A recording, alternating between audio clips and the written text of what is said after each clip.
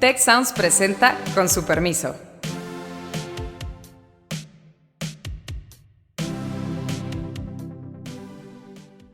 Con su permiso, yo soy Carlos Elizondo y hoy vamos a hablar de las últimas elecciones. 6 estados no representan mucho del padrón, pero sí representan temas interesantes respecto a nuestros procesos electorales. Tenemos precisamente pues todo un juego político muy importante, muy profundo, que nos refleja cómo va a ser también el proceso electoral el año próximo, quizás en el Estado de México, pero sobre todo en el año 2024. Yo creo que el mayor ganador es haber vuelto a demostrar que el sistema funciona y no hay mayores problemas en lo que significa la actuación del INE. No queda claro cuál es el espacio que el PRI tiene, porque su votante natural, el que normalmente estaba con él, pues parece haber sido capturado por Morena. Nos acompaña nuestro amigo, profesor del TEC, ex consejero electoral, Arturo Sánchez. Hola, Carlos. Hola, Beata. Qué gusto estar con ustedes otra vez. Ya te me adelantaste. Nos acompaña también Beata Boina con la voz desde Polonia. No está en México, pero siempre nos ayuda con una visión más europea, más comparativa. Y vamos a arrancar, si les parece, Arturo, con una pregunta. ¿Quién ganó en la elección? Los morenistas nos llegaron a decir, señores, va a ser 6-0, les vamos a poner una tunda a la oposición terrorífico. La oposición llegó a decir, podemos ganar 3. En algún momento arrancó diciendo el presidente del PAN en una grabación increíble, solo vamos a ganar una, que nunca había oído a un presidente de un partido derrotándose antes del saque. Pero en fin, dado lo que se esperaba, ¿qué nos dices de los resultados, Arturo?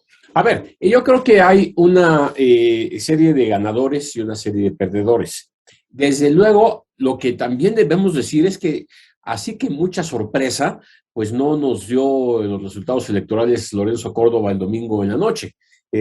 Sabíamos que Aguascalientes era muy probable que lo mantuviera el PAN. Sabíamos también que había una elección cerrada en Durango. Yo sí me esperaba una elección más cerrada en Tamaulipas. Pero Oaxaca, Hidalgo y Quintana Roo, pues era muy claramente la tendencia hacia Morena.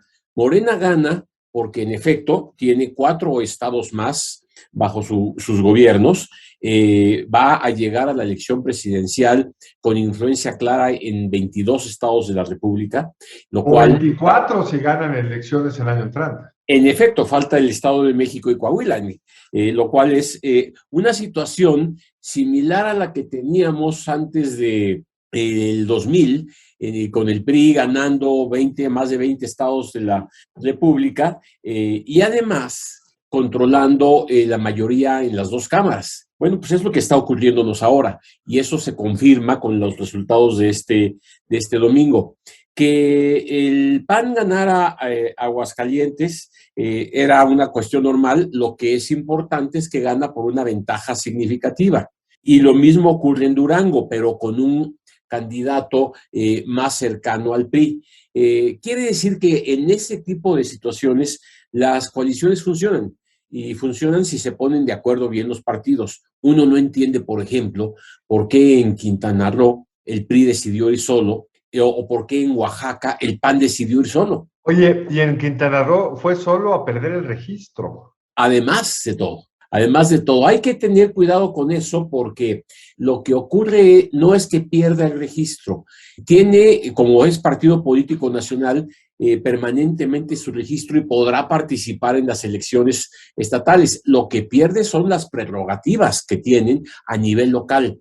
Y yo creo que es la primera vez que le pasa a un partido como el PRI, que en un estado de la República deje de ser tan importante como para ni siquiera tener acceso a medios de comunicación y prerrogativas económicas. Gracias, Arturo. Beata. Mira, yo creo que es un resultado aceptable, obviamente, para Morena, aunque no espectacular, quizás, como lo pues esperarían en algún momento los morenistas. Y desde el punto de vista de la oposición, pues sí, ganar 2 de 6 gobernaturas, pues no está nada mal. Y refleja precisamente pues que hay ciertas capacidades, aunque estas capacidades pues se pueden ver mermadas, obviamente en el futuro por diferentes tipos de relaciones entre los partidos de la oposición. Y en ese sentido, PAN, PRD, PRI, o sea, la coalición, pues se vio con claridad que fortalece las capacidades. Y si comparamos precisamente los resultados de los perdedores coalición frente a los candidatos individuales, pues se ve con claridad que en caso de las coaliciones, pues los resultados superan 30% normalmente en las situaciones cuales vemos en diferentes estados, mientras que si los candidatos van solos, representando pues un partido, pues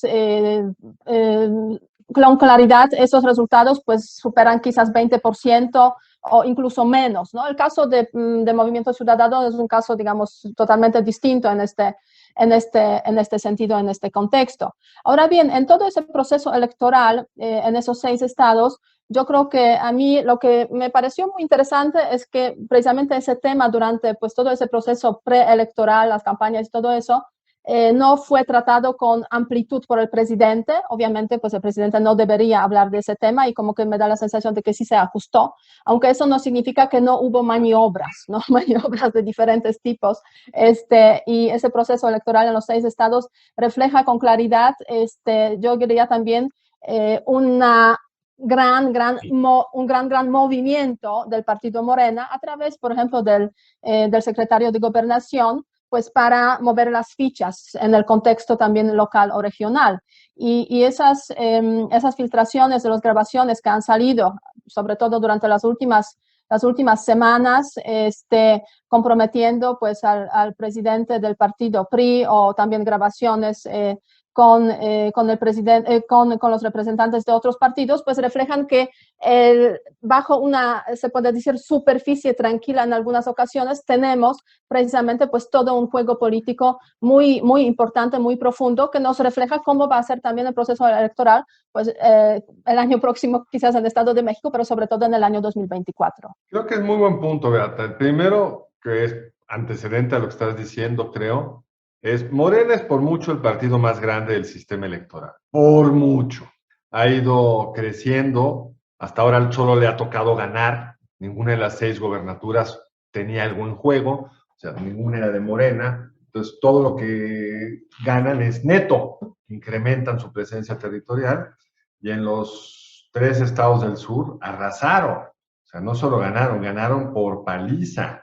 La oposición quedó 20, 30 puntos abajo, y aunque hubieran ido unidos, no hubiera cambiado absolutamente nada. Caso Tamaulipas intermedio, ahí acabó siendo mucho más cerrado de lo que las encuestas decían, ahí la coalición se volvió competitiva, pero en fin, ahí está todo este elemento del crimen organizado que quizá podemos platicar más adelante. Pero aún habiendo triunfado en Durango un candidato del PRI dentro de la coalición, aún siendo el caso que 3 de los candidatos de Morena pues, venían del PRI, aún siendo el caso que habrá gobernadores priistas que se incorporarán a alguna embajada, supongo, espero que les den por lo menos eso, el PRI tiene un problema muy serio. No solo hay un líder cuestionado por las razones que tú decías y otras, sino no queda claro cuál es el espacio que el PRI tiene, porque su votante natural, el que normalmente estaba con él, pues parece haber sido capturado por Morena. Las maquinarias que hacían la interlocución entre gobierno y Morena, muchas de ellas priistas también, se quedan solo con 2 gobernaturas solitos, Coahuila y Estado de México, que estarán en juego el año entrante, que va a ser la gran definición de electoral preelección 24, y va a definir si el PRI existe como un partido con capacidad de competencia o simplemente testimonial. Uno podría decir, lo voy a ver el argumento al extremo, Arturo, que se completó el ciclo de refundación del PRI. ¿En qué sentido?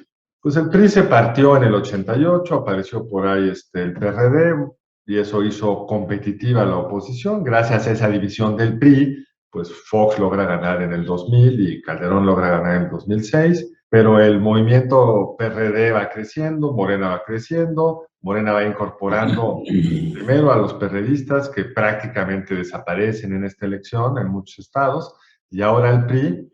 Y pues vamos de cara a la elección del 24, salvo que el PRI logre reaccionar en el Estado de México, en Coahuila, pues con una gran coalición de priistas históricos versus la derecha, que era el sueño del observador, ¿no? Movimiento Ciudadano, que ya lo dejamos para el rato, porque también es una herencia del PRI. Dante Delgado también fue priista, pero es el que trata de articular ahí una narrativa distinta que, hay que decirlo, le fue mal. Quedó en distante tercer lugar en todos. Si Morena hubiera, o más, si Movimiento Ciudadano hubiera estado del lado de cualquiera de los derrotados, no hubiera cambiado el resultado. Entonces, ¿cómo ves el futuro del PRI Tú has estudiado el PRI desde hace muchos años, Arturo. Mira, Conoces muy bien su lógica, el papel que jugó en el sistema clásico. ¿Cómo lo ves ahora? ¿Y es mira, Morena un nuevo PRI? yo creo que hay dos elementos ahí que son importantes y que hay que tomar en cuenta. Sí, el PRI es un partido que viene desencajado desde el 85 aproximadamente, cuando vino la primera división importante. Y es un partido que no supo cómo mantener su fuerza sin tener al presidente a su lado y además con un crecimiento económico que le permitía reproducir sus vínculos corporativos en toda la República. Y ese esquema está roto. El PRI no supo construir o reconstruirse como un partido que pudiera tener políticas alternativas ganadoras. Por eso, a nivel nacional, perdió mucha influencia, pero a nivel local se va a ir cayendo y se ha ido cayendo poco a poco. El caso de Hidalgo es realmente impresionante. O sea, podría ser el preámbulo al Estado de México el año que entra. O sea, en Hidalgo, el PRI no había perdido nunca desde hacía 93 años. Bueno, nunca había perdido Hidalgo. Le queda el Estado de México y Coahuila, que ya tienen elementos suficientes de debilidad. Yo creo que el PRI sí está en un problema importante. Ahora bien, hay una cosa que tenemos que tomar en cuenta y que la oposición tendría que evaluar. Ningún gobernador de Morena ha sido puesto a prueba. O sea, electoralmente hablando. Exactamente, electoralmente hablando. Es decir, en ninguna de las elecciones que hemos tenido del 18 para acá se ha puesto en la balanza que también ha gobernado Morena. Y eso sí se va a poner en la balanza en el 24. Ahí sí vamos a ver a muchos de los gobernadores morenistas qué tan eficientes fueron para ejercer el poder y mantener la fuerza partidista. Porque a diferencia del PRI, y eso es lo que le está costando mucho trabajo acabar de morir, el PRI era un partido muy disciplinado, muy ordenado, con líneas muy claras, con una ideología de la que se aferró hasta que se acabó, y Morena no es el caso. Morena es una persona aferrada a un líder, y esto hace una diferencia importante. Entonces, la competencia para adelante en el 24, incluso en el 23, podría mostrarse de una manera diferente si en efecto el PRI y la oposición en su conjunto logran reconfigurarse. No se ve fácilmente cómo lo podrían hacer, pero tampoco se ve que el éxito que han tenido en los estados, los gobiernos, los candidatos morenistas, pues sí mismos se vayan a reproducir en automático en todos los estados. A ver, pensemos en Puebla, pensemos en Veracruz, pensemos en estados en donde, bueno, finalmente lo que se va a medir es, independientemente del partido, si los gobernantes morenistas realmente logran mantener ese tipo de mayoría. Y una cosa que decía Beata me parece importante. El presidente de la República no se metió directamente, pero bueno, mandaron a secretarios de Estado, a la jefa de gobierno, y hablaban, y eso todo el mundo lo sabía, a nombre del presidente de la República. O sea, el presidente de la República sí pudo estar en la boleta, de alguna manera, en estas 6 entidades, pero no le alcanzó en 2. Yo creo que hay un cierto desánimo por parte de Morena el haber perdido Durango. Yo creo que sí tenían una expectativa grande ahí. Eso los debe hacer pensar. Oye, Arturo, y perdieron por mucho. Y perdieron. Las encuestas nos engañaban pensando que estaba y a ellos supongo que también, que estaba realmente competitiva. Así y un es. dato bien importante que no sé si nos quieras ayudar a pensar sobre él es, en Quintana Roo participó el 40% del votante. En Durango, 50 y medios, ¿no? Sí. Y parecería que cuando se moviliza más la gente no adscrita a los sistemas de control, y eso pudo haber hecho la diferencia en Durango. Yo creo que sí, sobre todo por la diferencia en la votación. Ahora, también yo te lo pondría complementando esta idea con la que estoy de acuerdo. Oaxaca, pues Oaxaca gana Morena ante con un candidato netamente priista. O sea, y con una pasividad de la campaña priista que como yo no la había visto hacía mucho tiempo. O sea, sí, porque en Hidalgo sí hicieron la lucha. En Hidalgo sí hicieron la lucha, pero en Oaxaca pareciera que entregaron la plaza desde antes. Beata, Movimiento Ciudadano. Digamos, Movimiento Ciudadano querría construirse como un discurso alternativo, centro-izquierda, no es el morenismo, no dependen del caudillo, es un programa con ideas nuevas para jóvenes, no vinculado a la clase política anterior, no parte de la mafia del poder, aunque bueno, fueron parte de la coalición de Ricardo Anaya en la elección del 18, pero Dante Delgado, su presidente, que parece un político muy sofisticado, está pues claramente con una ruta que es que se puede convertir en una tercera opción y desde ahí construir una candidatura para el 24. Hay quienes dicen que para el 30, pero la verdad es que nadie en política está pensando en el 30, eso me parece una cosa ridícula.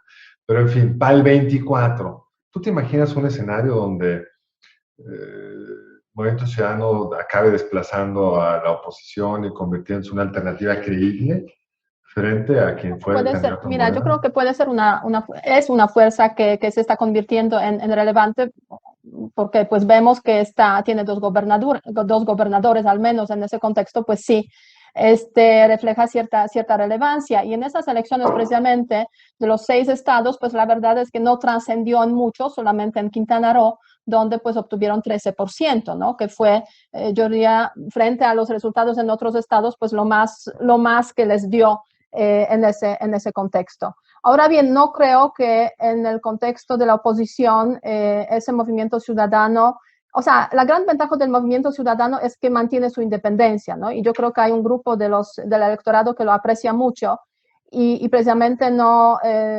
estar ni con Morena ni con la oposición entendida como PAN, PRD, PRI es su gran acervo en ese contexto, pero probablemente no es suficiente como para pues realmente presentar una alternativa seria en las elecciones de 2024. Y en ese sentido, PRI es un partido, regresando a este tema del PRI, o sea, es como el origen de las cosas, ¿no?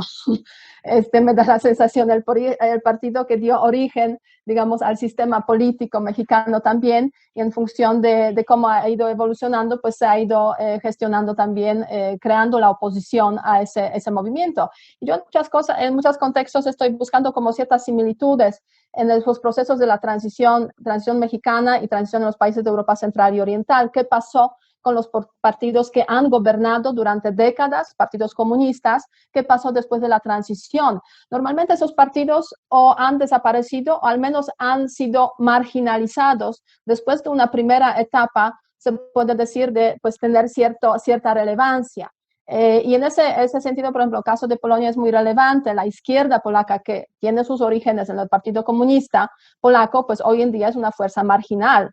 Entonces, yo creo que en el caso del PRI, lo que vamos a ver, lo que estamos viendo, de hecho, lo que estamos presenciando, es esa marginalización del partido que, o sea, tiene que o cambiar, o va a desaparecer, o va a estar absorbido precisamente por otros partidos. Pero lo que es bien interesante de la comparación, creo yo, Beata, lo primero es que a ningún partido comunista le dio el electorado la oportunidad de volver a gobernar. No, sí, hubo muy corto tiempo, en el caso de Polonia, algunos otros países también, incluso esos partidos postcomunistas pues negociaron la entrada de Polonia en la Alianza Atlántica, en la Unión Europea. Pero, ¿y llegaron a ganar? ¿Tuvieron 6 años en el poder como el PRI? No tanto, o sea, los gobiernos eran muy inestables en aquellos tiempos como para aguantar 4 años, ¿no? Pero, digamos, hubo esa oportunidad. Hubo esa oportunidad, pero aquí la tuvieron 6 años. Sí, es cierto, y fracasaron totalmente. No solo fracasaron, sino toda la evidencia es que le entregó el presidente Peña el poder a Morena. Sí. Y la otra pregunta es, ¿hay algún país en Europa del Este que quien se haya vuelto el partido dominante se parezca mucho al Partido Comunista? Es decir, Morena, pues la mayor parte de sus líderes vienen del PRI, incluido el presidente de la República. Sus formas de gobierno se parecen a las del PRI. Los actores sociales que lo apoyan se parecen a los del PRI. ¿En Europa del Este algo parecido? No, mira, no, en Europa Central y Oriental yo prefiero eso que Europa del Este. No hubo ese traspaso, se puede decir, de los recursos humanos, entre comillas. O sea, básicamente los que formaban parte en su momento de los partidos comunistas, pues se quedaron en los márgenes o totalmente eliminados del sistema político, ¿no? O sea, como representantes o sea, como personajes políticos. Mientras que sí, en México hay esa diferencia, que hay básicamente una absorción de los participantes, o sea, de los miembros del PRI por Morena. Y eso me refleja con claridad que la transición mexicana tiene un carácter muy distinto de las transiciones en Europa Central y Oriental. Es Esta fue una transición parcial. negociada. Pues sí, yo diría muchas son negociadas, pero en ese caso concreto es una transición en la cual hay más continuidad que cambio y toda ese cambio es de hecho una superficie bajo la cual no se han dado procesos necesarios realmente para que hubiera un cambio real. Y es lo que estamos viendo, estamos viviendo el regreso de alguna forma a cómo fue México en los tiempos del PRI, en diferentes ámbitos se puede decir. Sí, en un mundo muy distinto, obviamente, porque hubo una transición económica en México previo a la transición política. Sí. Pero nos quedan 5 minutos, me gustaría hablar del actor central de la democracia que no se ve cuando salen las cosas bien, que se llama el INE. Nuevamente las elecciones estuvieron bien organizadas, las casillas se abrieron, los ciudadanos participaron en apoyar al INE en todo lo que implica abrir y administrar una casilla, los conteos rápidos se hicieron en tiempo y forma, dieron los resultados con bastante exactitud, bueno, falta ver los resultados finales del PREP, pero todo parece que son bastante exactos. ¿Qué nos dice esto del INE, Arturo, de cara al 23, de cara a la renovación de 4 de sus consejeros, incluido su presidente, que tendrá lugar en abril del año entrante? A ver, yo primero pienso que el INE y los organismos locales electorales cumplieron perfectamente el objetivo. O sea, uno se pregunta, ¿qué es lo que quieren cambiar a este sistema? El modelo INE-OPLES para elecciones locales funcionó de maravilla en este tipo de elecciones, pero igual funcionó hace un año en las elecciones para el Congreso, junto con elecciones locales en 32 estados de la República. Entonces, ahí yo creo que el mayor ganador es haber vuelto a demostrar que el sistema funciona y no hay mayores problemas en lo que significa la actuación del INE. ¿En dónde podríamos poner algunos bemoles?